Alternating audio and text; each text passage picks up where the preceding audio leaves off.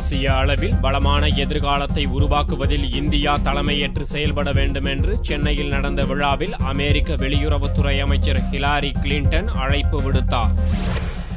இந்தியாவுக்கு 3 நாள் பயணமாக வந்த அமெரிக்க வெளியுறவுத்துறை அமைச்சர் ஹிலாரி கிளின்டன் புதனன்று சென்னைக்கு வருகை தந்தார். தலைமைச் செயலகத்தில் முதல்வர் ஜெயலலிதாவை சந்தித்து பேசினார். 50 நிமிடங்கள் நீடித்த இந்த சந்திப்பின் போது முந்தைய அதிமுக அரசில் செயல்படுத்தப்பட்ட பல்வேறு திட்டங்கள் குறித்து ஹிலாரி பாராட்டு தெரிவித்தார்.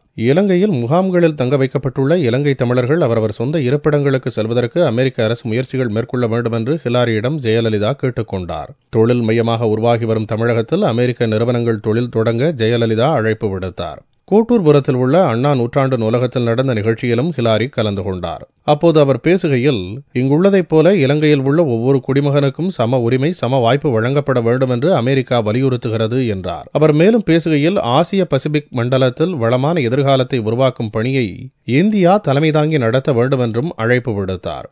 nation that is not simply emerging but has emerged, and a nation with whom we share so many bonds, and one that will be a leader globally in shaping the future we will all inherit.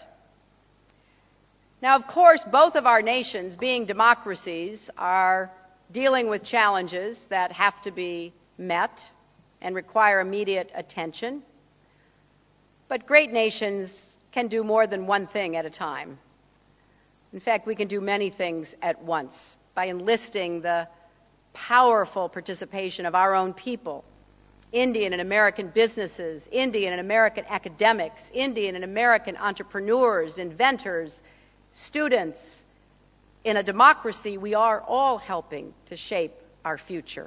தெற்காசிய நாடுகளில் தீவிரவாதத்தால் பாதிக்கப்பட்ட நாடுகளிடையே தொழில் உறவை மேம்படுத்த India முன்வர வேண்டும் என்றும், அதன் மூலம் இந்தியா, பாகிஸ்தான், ஆப்கானிஸ்தானில் வளமும் அமைதியும் ஏற்படும் என்றும் ஹிலாரி நம்பிக்கை தெரிவித்தார்.